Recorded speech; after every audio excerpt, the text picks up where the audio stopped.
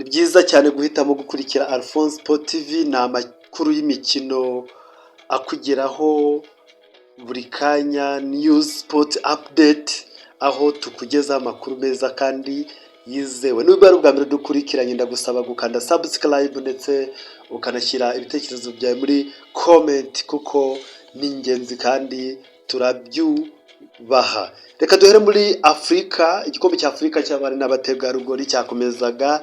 Ikipe ya Egypt yaje gutsindwa na Malawi ibitego 3-1, nyamara ikipe y'igihugu ya Malawi yaje kubona ikarita itukura, ariko birangira still itsinze ibitego 3-1 ikipe y'igihugu ya Misiri. Nigeria yaje gutsinda Zambia igitego 1-0. Hanyuma rero transfer i Burayi zirakomeje. Manchester United yagiye muri Arsenal ivuga ko ishaka Miles Lewis Skelly w'imyaka 19. Uyu mwana ukina hagati Manchester United iramushaka, ni nyuma yuko bavuga yuko Benjamin Sesko nta kirimo rwose sezo ishize, bavuga uburyo ntacyo yagaragaje.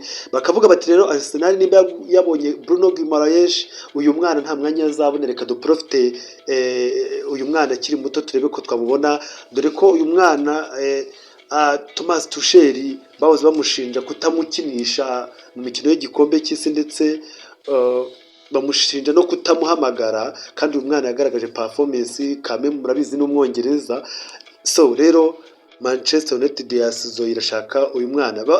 Manira navuga yuko mu gihe yabura uyu Lewis Skelly tagomba kubura Kamavinga cyangwa se Chouameni, umwe muri bo agomba kuboneka. Real nayo murabizi ko ikirukanka inyuma ya Rodri nubwo bikigoye. Arsenal deal yarangiye na Bruno Guimaraes, byarangiranye iyi deal na Newcastle kuri $77 za mayero. Ni nyuma yuko bari bavuga yuko Eddie Howe yananiwe gukonveka uyu mukinnyi ngo agume muri Newcastle United, ni nyuma yuko nawe yigendeye. So reka tuze kureba bya Newcastle rero. Arsenal yabonye umukinnyi mwiza cyane, umunyabrazil w'imyaka 27. Reka tuze kureba uburyo Arsenal buze kwitwara. Hanyuma rero Patrice Vieira nawe yavuze uburyo rwose Arsenal ari ikipe ifite squad nini cyane, n'inyuma yaho itsinze ikipe ya Girona ibitego 4 ku gitego 1. Avuga yuko kuba muri defense yarabanjemo Mosquera, Ben White, Piero Campina, Ricardo Calafiori bigaragaza icyizere kinini cyane. Ubwo birumvikana Saliba ntiyakinnye, Gabriel Magalhaes ntiyakinnye, Timber ntawe uhari. Byumvikana rero yuko izi performance z'aba bakinnyi Patrice Vieira yavuze ko rwose ari perfectly, ari ibintu byiza cyane.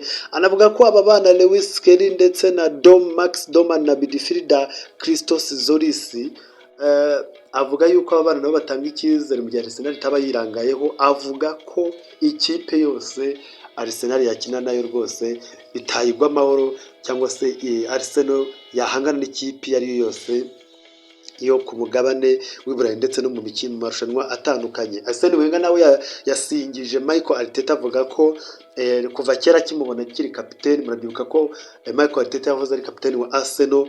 Avuga yuko n'ubundi na mbere akimutoza yamubonagamo muri deri ukomeye cyane. So Michael Arteta yakomeje gushyirwa hejuru cyane no mu majwi cyane, avuga asingizwa uburyo ari kubaka Arsenal the Gunners nka manager w'ikipe.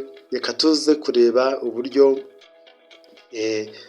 uyu mutoza ari buze kwitwara muri sezo ikurikiye, dore ko ari ku gitutu cyo kuba yaratwaye shampiyona. Bivuze ngo rero nimba afite n'abandi bakinnyi agombe gutwara n'ikindi gikombe cyangwa se na Champions League.